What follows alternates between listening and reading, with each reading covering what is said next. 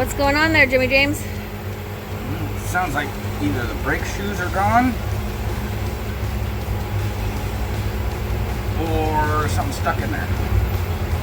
In the drum brake. In the drum brakes? So I'm going to pull the wheel off, pull the drum off, and check it. So what do you have here, James? This is a rear brake drum, and this is all pad material and powdered metal.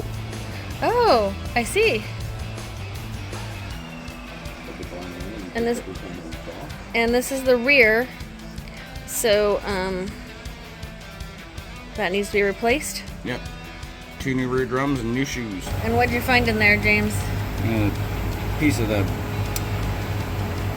shoe material was stuck in this spring down here. And whoa, I thought there was pad material left on there. Nope. Just more dust. Okay. You can see where it's been grinding right there on the edge of the shoe. Oh, yeah. And the front just is gone. So as you can see, the drum has been damaged due to the constant metal rubbing on metal. Therefore, the drum has to be replaced, otherwise it will prematurely wear out the shoes. Okay, so Mark, what are you doing? Measuring the brake shoes. Why are you doing that? You get the right ones. Because why?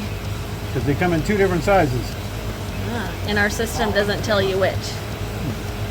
It tells me there's 2 different sizes and I have to get the right measurement in order to get the correct size. Ah, gotcha. Okay.